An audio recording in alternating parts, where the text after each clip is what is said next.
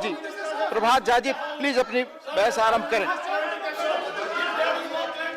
मैंने स्पष्ट किया कि ऑब्जर्वेशन के संबंध में क्लेरिफिकेशन की प्रक्रिया नहीं है। सभापति महोदय, एक मिनट माननीय मंत्री, सर आप सुनिए, आप अपनी सीट पे बैठेंगे तो मैं बताता हूं आपको। अगर आप अपनी सीट पे बैठेंगे तो मैं आपको जवाब देता हूं। प्लीज प्लीज अपनी सीट पे जाइए please. Thank you please sir. मिस्त्री जी एक मिनट लाए तब बोलिए ना, जरूर आपकी चिंता रखिए, अमेंडमेंट भी ला ही रहा है सर। कुछ सदस्यों ने, एक मिनट मिस्त्री जी एक मिनट सर, कुछ सदस्यों ने जो नॉर्थ ईस्ट आसाम से संबंधित जो समस्या थी उसके बारे में विशेष रूप से ये मांग की और ऑब्जर्वेशन की कि गृह मंत्री राजनाथ सिंह जी आए और यहां पर एक स्टेटमेंट दें। उनकी मांग को मानते हुए श्री राजनाथ सिंह जी आए और सदन की प्रैक्टिस हमेशा रही है कि जब मिनिस्टर सुओ मोटो स्टेटमेंट देता है, रुकिए भाई, सुओ मोटो स्टेटमेंट देता है तो आप उनसे क्वेश्चन पूछ सकते हैं, पर जब ऑब्जर्वेशंस, एक मिनट, जब ऑब्जर्वेशंस और डिमांड पर होता है तब क्वेश्चंस नहीं होते। मेरा अनुरोध है कि जब सिटीजन अमेंडमेंट बिल आएगा तो जितनी भी आपकी क्वारीज होंगी, जितना भी आपके प्रश्न होंगे, खुद गृह मंत्री उनके जवाब देंगे। यह मैं आपको विश्वास दिलाना चाहता हूं। कृपया बैठ जाइए अब। श्री प्रभात झा प्लीज। आदरणीय सभापति महोदय, नोटिस।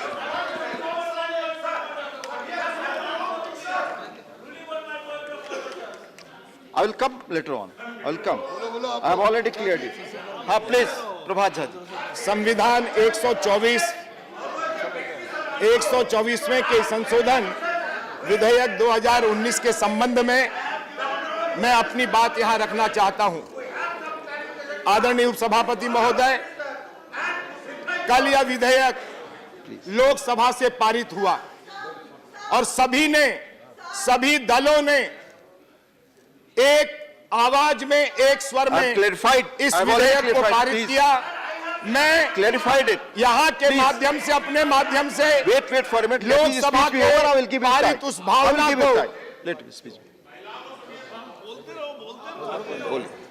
उस भावना को मैं यहां अपेक्षा करता हूं कि राज्यसभा भी उसी भावना से इस विधेयक को सुनेगा और समझेगा। महोदय, मई का महीना था और 2014 सन,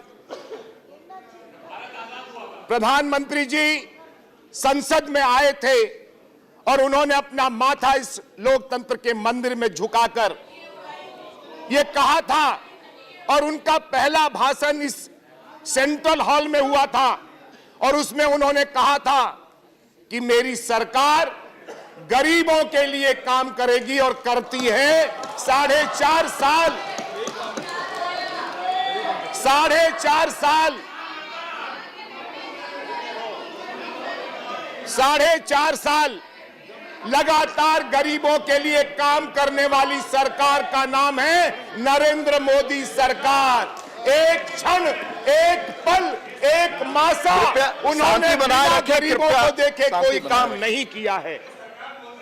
महोदय, परसों जब कैबिनेट में ये पास हुआ और हम जब सदन में आए तो सदन में जब पत्रकारों ने घेरा हमें और एक बात जब कहा तो हर पत्रकार के चेहरे पर वो उल्लासित मन था। जब हम कॉलेज में पढ़ते थे और उस समय एक सवाल हुआ करता था कि भाई कब आएगा आरक्षण, हम लोगों का क्या होगा, सामान्य वर्ग के गरीब लोग अक्सर ये चर्चा करते थे, लेकिन वो सपना उस किसी सरकार ने पूरा नहीं किया। मैं बधाई देना चाहता हूं उस गरीब चाय बेचने वाले परिवार से आने वाले नरेंद्र मोदी को, जो पिछड़े समाज से आते हैं और उन्होंने आज भारत के अगले समाज की चिंता की है और सबको ये बताया है कि वो सिर्फ बोलते नहीं हैं, जो कहते हैं कि सबका साथ सबका विकास, वो करके दिखाने वाले व्यक्तित्व का नाम है नरेंद्र मोदी। देखिए, विरोध के लिए विरोध करना, मैं निवेदन करना चाहता हूं, प्लीज देखिए विरोध के शांति लिए बनाए रखें, चर्चा होने दे, मैं पूरा फिर देश से देख कह रहा रहा हूं, है। विरोध के लिए विरोध मत करिए। आप भी अपनी बात कहेंगे उसी प्रखरता से। मैं फिर कहना चाहता हूं, देखिए क्या हुआ जब ये विधेयक आया, सब अवाक रह गए, ये क्या हो गया। किसी ने कहा, सुनिए सुनिए, अरे सुन तो लीजिए, मैं अब सुना रहा हूं आपको। मिस्टर झा, आपको तो राफेल मिस्टर के सिवा झा, कुछ नहीं दिखता है। मिस्टर झा, आप और चेयर को राफेल देकर की कहानी संबोधित सुना करें। देता हूं मैं इसी भाषण में आपको। मिस्टर झा, एक चेयर छोटा को देकर बच्चा आप था। संबोधित करें। एक छोटा बच्चा था 2 साल का, वो अपने पापा मम्मी से कहता था बार बार, मुझे हाथी पे चढ़ा दो, मुझे हाथी पे चढ़ा दो। सुनिए सुनिए, अब हुआ क्या, आप मैं चेयर बता की रहा ओर हूं देखकर सर। बात करें। हुआ क्या, वो 2 साल के बच्चा हाथी पे चढ़ नहीं सकता था, तो बार बार जिद करे तो हाथी ले आया गया। अब वो चढ़ नहीं पा रहा था, तो हाथी ने अपना पहला पैर जैसे ही उठाया, सहानुभूति से उस बच्चे को लोगों ने हटा लिया। सुबह शाम सपने में राहुल जी को सिर्फ राफेल राफेल, क्यों नहीं हिम्मत है कि इस विधेयक पर बोलने आते हैं, आइए सामने आप और बोले इस विधेयक पर। आप अपनी जगह बैठे रहे, आपको भी कहने का मौका मिलेगा, आपको भी कहने का मौका मिलेगा। अरे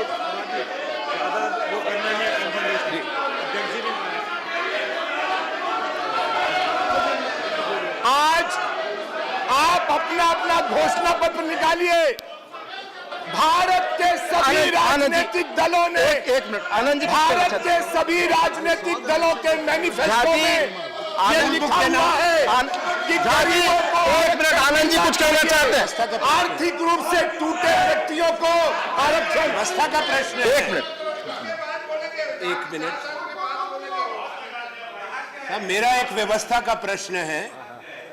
नियमावली में यह स्पष्ट है कि कोई भी सदस्य जो इस सदन में अपनी बात कहेगा, वो किसी दूसरे सदन के सदस्य के बारे में ना तो आलोचना कर सकता है, ना कुछ कह सकता है। तो जो इन्होंने कहा है राहुल गांधी जी के बारे में, उसको कार्रवाई से तुरंत निकाला जाए। वो गौर करेंगे हम लोग। निकाला और मैं सबसे आग्रह करना चाहूंगा, निकाला जाए। मैं कब सबसे आग्रह करना चाहूंगा, उसको निकाला मैं जाए। सबसे आग्रह करना चाहूंगा कि आपकी इस बात का लोग ध्यान रखें, हर पक्ष ध्यान रखें, आनंद शर्मा जी।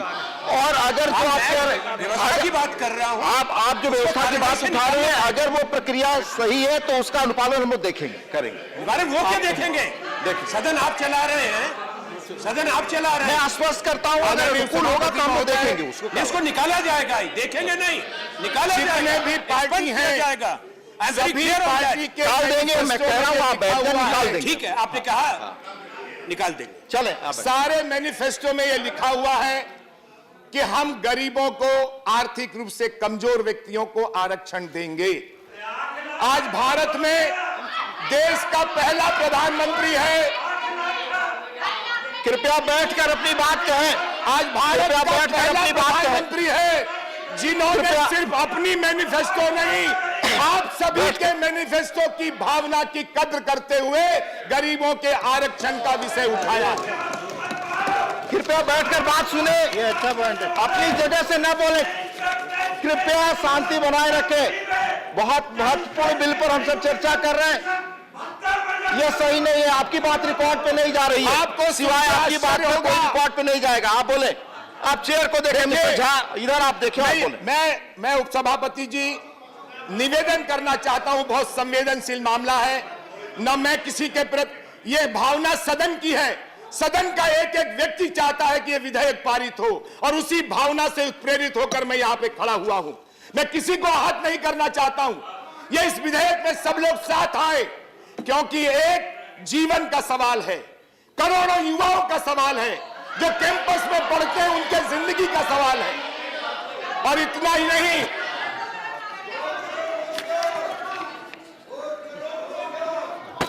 अब ये देखिए, बीच में बैठे ये बैठे राष्ट्र इसका हित में टिप्पणी लिया न गया करें। निर्णय, आपको भी अवसर जनहित मिलेगा में अपनी लिया बात गया कहें आप। निर्णय। आज आपको कैसे लग रहा है? सबको अच्छा लग रहा है। आर्थिक आधार पर आरक्षण का प्रावधान, आर्थिक आधार पर आरक्षण का प्रावधान संविधान निर्माताओं के भावना थी, उनके मन में था। संविधान की धारा 14 में स्पष्ट कहा गया है कि देश में सभी नागरिकों को बराबरी का अधिकार होगा। संविधान की धारा 15 में स्पष्ट कहा गया है कि जाति, धर्म, लिंग आदि से आधार पर भेदभाव नहीं होगा। संविधान की धारा 16 में स्पष्ट कहा गया है कि बिना भेदभाव के रोजगार के अवसर प्रदान किए जाएंगे। मैं फिर कहना चाहता हूं, कल से परसों से बहुत आशंका व्यक्त की जा रही है कि 50% राज्यों में जाना पड़ेगा। माननीय अरुण जी ने लोकसभा में स्पष्ट किया, मैं उसको यहां दोहराना चाहता हूं। सामान्य वर्ग के गरीब तबके को आर्थिक आधार पर आरक्षण मौलिक अधिकार से संबंधित है, जिसका वर्णन संविधान के भाग 3 में स्पष्ट किया गया है। संविधान संशोधन की जो धारा 368 है, उसमें स्पष्ट तौर पर कहा गया है कि भाग 3 में संशोधन के लिए राज्यों में जाने की आवश्यकता नहीं है। आर्थिक आधार पर आरक्षण के लिए प्रस्तुत विधेयक में संविधान के भाग 3 की धारा 15 और 16 में संशोधन किया गया है। जब संविधान की धारा 15(5) का संशोधन हुआ, प्रमोशन में आरक्षण को जोड़ा गया, तो वह केवल संसद के दोनों सदनों में अप्रूव हुआ था और उसके लिए राज्यों में जाने की आवश्यकता नहीं।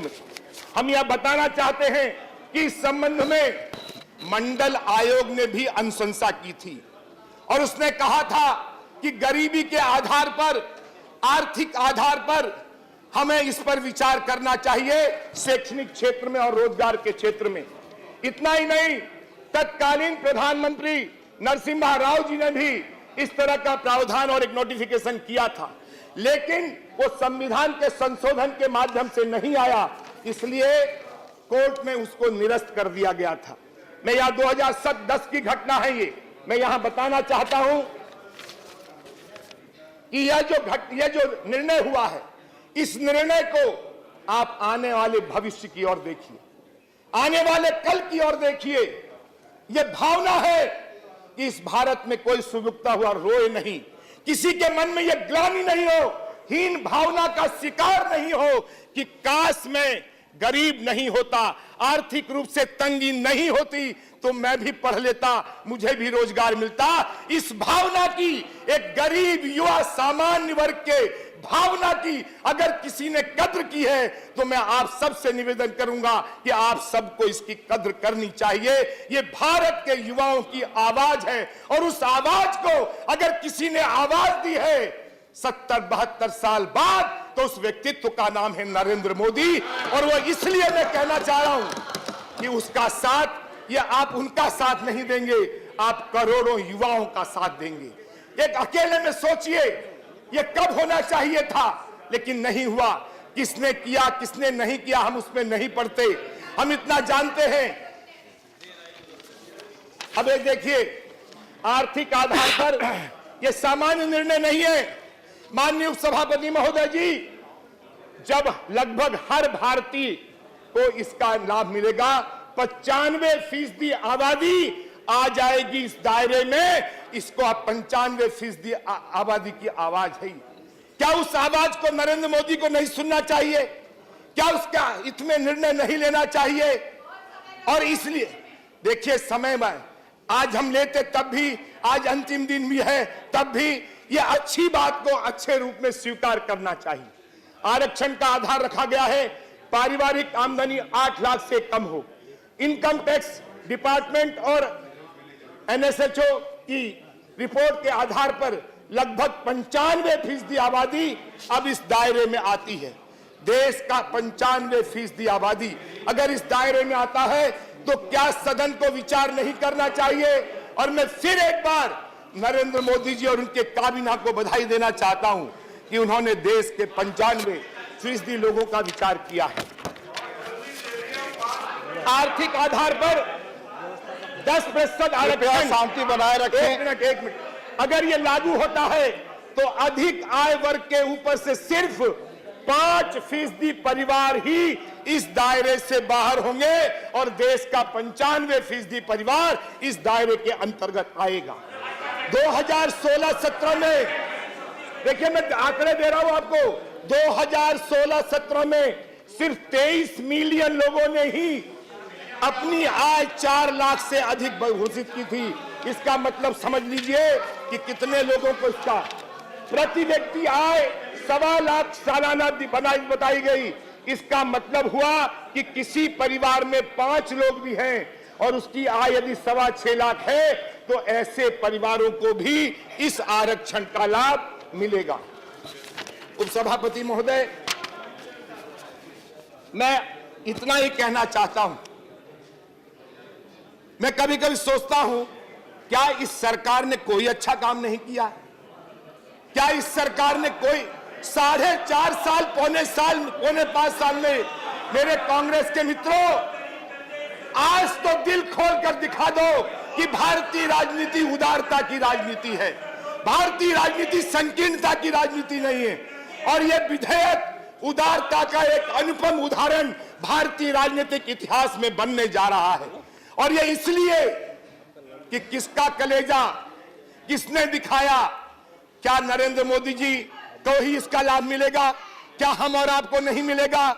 ये सबका साथ सबका विकास जो एक स्लोगन चला है, ये नारा बना है, इस नारा के एक एक शब्द को गीता की ऋचाओं की तरह अगर किसी ने फलीभूत करने का काम किया है तो उसका नाम है नरेंद्र मोदी। नरेंद्र मोदी भाई। और हमारे उपसभापति महोदय जी, छोटे अटल जी ने कहा था कि छोटे मन से कोई बड़ा नहीं होता और टूटे मन से कोई खड़ा नहीं होता।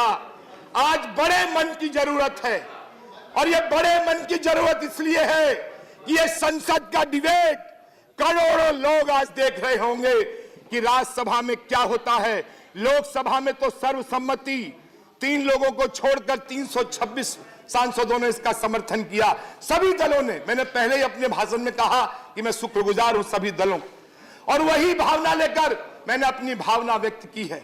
और इसलिए सारे लोग इस विधेयक के साथ एक से एक राजनीतिक भावना, देखिए विरोध होगा, मेरा वैचारिक विरोध है, सदैव रहेगा। जब तक जिंदा हूं तब तक विचार के कारण लड़ाई लड़ता रहूं, और जब तब नहीं झुके तो अब क्या झुकेंगे। लेकिन विकास के नाम पर तो सबको एक होना चाहिए। लोगों के विकास में, आने वाली तरुणाई के जिंदगी के लिए हम सबको एक होना होगा। मैं समझ रहा हूं कि मेरी इस भावना आप सबके एक एक के मन में एक दीप की तरह जलेगी और वह तमस हटाएगी। जिस दीप को बहुत पहले जलना था, उस दिए को अगर नरेंद्र मोदी ने जलाया है, प्रज्वलित किया है, तो उसके आलोक में, उसके उजाले में भारत के युवाओं को आने दीजिए। मैं समझता हूं मेरी इस भावना को आप सभी लोग समझ गए होंगे। जय हिंद, जय भारत। हाँ, आप mister TKS Elangovan.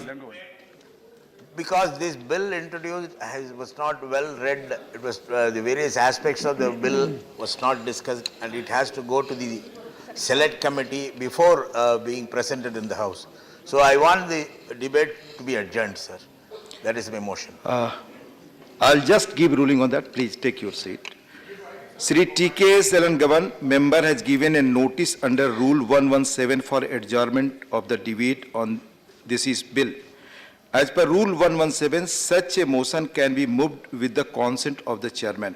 The member in his notice has not given any reason for the adjourning the debate on this bill.